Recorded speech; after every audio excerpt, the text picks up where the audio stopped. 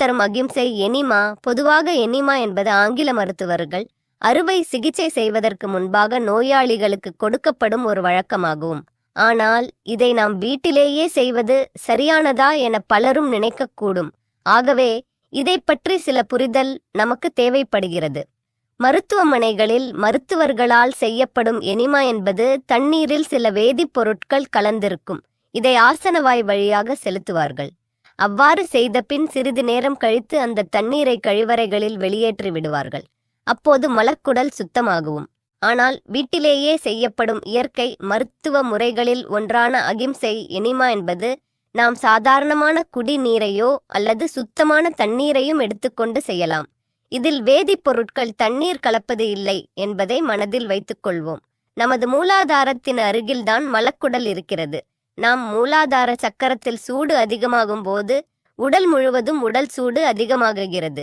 எனவே மூலாதார சக்கரத்தின் அருகில் உள்ள மலக்குடலில் நாம் சாதாரணமான தண்ணீரை செலுத்தி அதை சுமார் 10 நிமிடம் அடக்கி வைத்துக் கொண்டால் அந்த தண்ணீர் மலகுடல் சுவற்றில் ஒட்டி கொண்டிருக்கும் கழிவுகள் அனைத்தும் கரைந்துவிடும். பின்பு வெளியேற்றினால் மலக்குடலில் உள்ள பல நாள் தேங்கிய கழிவுகளும் உடல் சூடும் உடலை விட்டு வெளியேறும். எனவே எனிமா செய்யும் முறையை நாம் தேவைப்படும் போதெல்லாம் பயன்படுத்தலாம். சிலர் கூறுவது போல் இந்த பழக்கத்திற்கு நாம் அடிமையாகி விடக்கூடாது. எனவே எனிமா செய்ய நினைப்பவர்கள் வழக்கம் போல் மலம் கழித்த பிறகு செய்யலாம். வழக்கமாக மலம் கழித்தால் நம் உடலில் உள்ள 90 முதல் 95% வரை மலம் வெளியேறிவிடும். எனினும் ஒரு சிறிய அளவு மலக்குடலின் சுவர்களில் ஒட்டி கொண்டிருக்கும். குறிப்பாக மாவுச்சத்து அதிகம் உணவில் எடுத்துக்கொள்பவர்களுக்கு அதிகமாக கழிவுகள் ஒட்டிக்கொள்ளும். எனவே நாம் மலம் கழித்த பிறகு இயற்கை எனிமாவை செய்து ஆரோக்கியமாக வாழலாம். சில சமயங்களில் வெளியூர் பயணம் செய்துவிட்டு வரும்பொழுது எனக்கு உடல் களைப்பாக இருக்கும். எனது வீட்டுக்கு வந்த பிறகு சாப்பிடுவதற்கு முன்பு நான் அகிம்சை எனிமா செய்த பிறகு உடல் சோர்வும் மனச்சோர்வும் உடனடியாக நீங்குவதை உணர்ந்திருக்கிறேன். சுமார் 3 மணி நேர பேருந்து பயணம் என்பது ஆசனவாய் பகுதியில் உஷ்ணத்தை அதிகரிக்கும் செயற்கையான பழக்கமாகும். நாம் இயற்கை வாழ்க்கையை விட்டு அதிகமாக விலகிவிட்டதனால் இவ்வகையான செயற்கையான உடல் சூடு ஏற்படுகிறது. இவற்றை இயற்கையான முறைகளிலேயே நாம் சரி செய்து கொள்ள வேண்டும். இது அந்த காலத்தில் இருந்ததா என்று கேட்டாள். ஆம், இது நமது முன்னோர்கள் செய்திருக்கிறார்கள் என்பதை எனக்கு வயதில் முதிர்ந்த அனுபவமுள்ள ஒருவர் கூறினார். அந்த காலங்களில் வேப்பக்குச்சியை பல் துலக்குவதற்கு உபயோகப்படுத்துவார்கள். அதன் பிறகு அந்த குச்சியின் உள்ள தோலை நீக்கிவிட்டால் அந்த குச்சி வழவழப்பாக இருக்கும். பின்னர் அந்த குச்சியின் ஒரு முனையை மழுங்கச் செய்து குளம் மற்றும் ஆறுகளில் இறங்கி ஆசன வாயில் லேசாக சொருகிக் கொள்வார்கள். இவ்வாறு செய்யும்போது ஆசன வாயில் சிறிதளவு இடைவெளி ஏற்படும். அந்த இடைவெளி வழியாக தானாகவே நீர் மலகுடலுக்குள் செல்லும். சிறிது நேரம் கழித்து அந்த குச்சியை எடுத்து போட்டு விடுவார்கள். பிறகு எப்பொழுதும் போல் மீண்டும் அவர்கள் மலம் கழிக்க செல்வார்கள். அப்போது மலக்குடலில் சென்ற தண்ணீர் அனைத்தும் உடல் கழிவுகளை எடுத்துக்கொண்டு வெளியேறிவிடும். இது அக்காலத்தில் உள்ள முனிவர்களும் இதை செய்துள்ளனர் என்பதை அனுபவஸ்தர்கள் கூறியுள்ளனர்.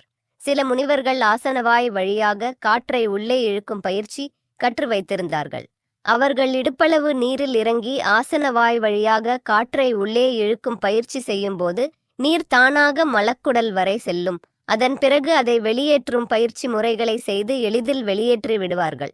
இதையே தற்காலத்தில் எனிமா எனும் குவளையை நாம் பயன்படுத்தி செய்கிறோம். அகிம்சை எனிமா செய்வது எப்படி? எனிமா குவளையில் உள்ள நாசில் பகுதியானது மிகவும் மழுங்கிய நிலையில் இருக்கும். எந்த ஒரு கூர்மையான பகுதியும் இருக்காது. முதலில் எனிமா குவளையை நாம் உயரத்தில் உள்ள ஒரு ஆணியில் மாட்டிவிட வேண்டும். பிறகு நாசிலில் தேவையான அளவு எண்ணெய் தடவிக்கொள்ள வேண்டும். ஏதாவது ஒரு வகை எண்ணெயை தடவிக்கொள்ளலாம். பின்பு சாதாரண சுத்தமான தண்ணீரை எடுத்துக்கொண்டு அந்த குவளையில் முழுவதும் நிரப்ப வேண்டும். அவ்வாறு செய்யும்போது இந்த குவளையின் மறுமுனையில் உள்ள குழாய் நாசில் வழியாக நீர் வெளியேறும். அப்போது ஒரு விரலின் மூலம் அந்த நாசிலை அடைத்துக்கொண்டு நம் ஆசன வாயில் செலுத்திய பின்பு தண்ணீர் இறங்குவதை உணரலாம். சிறிது நேரம் கழித்து நாம் முன்பக்கமாக குனிந்து நின்றால் மேலும் தண்ணீர் மலக்குடலில் இறங்குவதை உணரலாம். ஒரு குறிப்பிட்ட அளவு தண்ணீர் உள்ளே சென்ற பிறகு நாம் இந்த நாசிலை வெளியே எடுத்துவிட வேண்டும். இந்த குறிப்பிட்ட அளவு என்பது ஒவ்வொருவருக்கும் மாறுபடலாம். அவரவர் அனுபவத்தில் இந்த அளவை நிர்ணயம் செய்து கொள்ளலாம். பிறகு ஆசன வாயை மூடிக்கொள்ள வேண்டும். ஆசன வாயை மூடுவது என்பது நாம் பேருந்தில் பயணம் செய்யும் போது நமக்கு மலம் கழிக்கும் எண்ணம் ஏற்பட்டால் அந்த மலத்தை அடக்குவதற்கு ஆசன வாயை இருக்கிறோம். இதேபோல் மலக்குடலில் நீரை செலுத்திய பிறகு ஆசன வாயில் நீர் வெளியே வராதவாறு இருக்கலாம். இது ஆரம்பத்தில் சற்று சிரமமாக இருந்தாலும் சில நாள் பயிற்சியிலேயே இது கைகூடும். பின்னர் அருகில் உள்ள அறைக்கு சென்று நாம் படுத்துக்கொள்ளலாம். இவ்வாறு படுத்துக்கொண்டிருக்கும் போது சுமார் 10 நிமிடம் முதல் 20 நிமிடம் வரை நம்முடைய குடல் பகுதியில் நீரானது தங்கியிருக்கும் ஆரம்ப நிலையில் இவ்வாறு செய்ய முடியாதவர்கள் தண்ணீரை உடனே வெளியேற்றிவிடலாம். இதனால் குறைந்தபட்ச நன்மை கிடைக்கும். அதே சமயத்தில் குறிப்பிட்ட நேரம் வைத்துவிட்டு வெளியேறினால் உடல் உஷ்ணம் குறைவதோடு மலக்குடலில் உள்ள கழிவுகளை உடலை விட்டு நீங்கும். அதன் பிறகு நாம் எப்போதும் போல் குளித்துவிட்டு வரலாம். யாரெல்லாம் ஒவ்வொரு நாளும் குறைந்தது காலை மாலை என 2 முறை மலம் கழிக்கின்றனரோ அவர்களுக்கு இந்த எனிமா தேவைப்படாது. அதேபோல் முழுக்க முழுக்க இயற்கை வாழ்வியலில் தன்னை ஈடுபடுத்தி கொண்டவர்களுக்கும் இந்த எனிமா தேவைப்படாது. அதாவது இயற்கையான உணவுகளை உண்பவர்களுக்கும் மற்றும் இயற்கைக்கு ஒத்த முறையில் வாழ்பவர்களுக்கும் இவை தேவைப்படாது. மேலும் இயற்கையான ஆசனங்களையே அமர்வது என்பது தற்கால சூழ்நிலையில் பின்பற்ற முடியாத நிலையில் இருக்கிறோம். நாம் அமருமிடமெல்லாம் பிளாஸ்டிக் மற்றும் குஷன் வைத்த இருக்கைகள் ஆகும். எனவே இந்த அகிம்சை எனிமாவை செய்து பயன் பெறலாம். வாழ்க வளமுடன். உடல் கழிவுகளை நீக்கும் முறைகள் அப்படின்னு ஒரு ஆடியோ புக்கு இந்த வீடியோவில் நம்ம பார்க்க போகிறோம். இந்த வீடியோவில் என்னென்னலாம் இருக்குது அந்த ஆடியோ புக்கில் அப்படின்றத ஷார்ட்டாக பார்த்துட்டு, இரவு உணவு இருக்கு இல்லைங்களா, அந்த இரவு உணவு குறைஞ்சபட்சமாக இருந்ததுன்னா உடம்புக்கு ரொம்ப நல்லது. அதை பற்றி டீட்டெயில் இருக்குது. அதுக்கப்புறம் மனிதனுக்கு மலச்சிக்கல் ஏன் வருகிறது, அதற்கான காரணங்கள் என்ன, அதை போக்கும் வழிமுறைகள்லாம் என்ன அப்படின்றதும் சொல்கிறோம். அதிலே எண்ணெய் கொப்பளிப்புன்னு சொல்கிறாங்க இல்லையா, காலையில் எழுந்திரிச்ச உடனே எண்ணெய் கொப்பளிப்பு, அதை பற்றி சில விளக்கங்கள். அப்புறம் கழிவுகளை நீக்கும் முறைகள் ஒன்றாக இருக்குது. இந்த எண்ணெய் கொப்பளிப்பும் கழிவுகளை நீக்கும் முறைகளில் ஒன்று தான். உண்ணா நோன்பு எப்படி செய்யணும், எப்படி ஆரம்பிக்கணும், எப்படி முடிக்கணும், நடுவில் என்னென்னலாம் செய்யணும், என்னென்ன வகையான உண்ணா நோன்புகள்லாம் இருக்குது, அதை பற்றி சில விஷயங்கள் இருக்குது. அதுக்கப்புறம் பேதி எடுக்கணும்னு சொல்கிறாங்க இல்லைங்களா, வருடத்துக்கு 2 முறை பேதி எடுக்கணும்னு சொல்கிறாங்க. அந்த பேதியை எப்படி எடுக்கிறது, அந்த பேதி எடுக்கிற சமயத்தில் என்னென்னலாம் செய்யணும் அப்படின்ற விஷயமும் இருக்குது.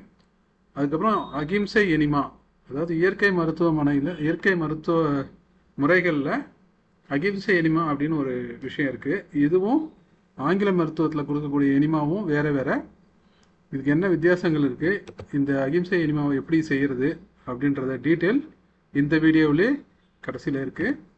அதுக்கப்புறம் காற்றும் சூரிய ஒளியும் நம்மளுடைய ஆரோக்கியத்துக்கு எவ்வாறு உறுதுணையாக இருக்கிறது அப்படின்ற எல்லா விஷயமும் இந்த ஆடியோ புக்கில் இருக்குது. இந்த ஆடியோ புக்கை ஃபுல்லாக கேளுங்க. இந்த உடல் கழிவுகளை நீக்கும் முறைகள் அப்படின்னு ஃபுல் ஆடியோ புக்கு லிங்க்கு இங்கே தெரியுது இல்லைங்களா, அதை கிளிக் பண்ணிங்கன்னா நீங்கள் உள்ளே போய் பார்க்கலாம். அவசியம் எல்லோரும் இந்த புக்கை பாருங்கள். நன்றி. வாழ்க வளமுடன்.